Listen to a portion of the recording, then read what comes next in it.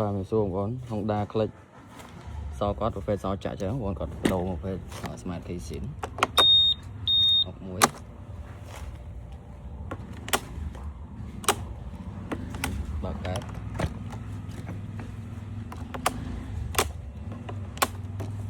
ចាក់សល់ក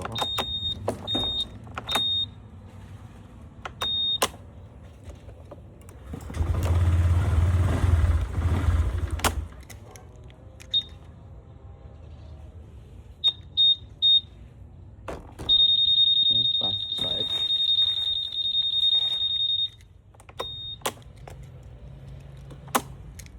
សូមបងប្អូនមានតម្រូវការធ្វើសោបាត់សោ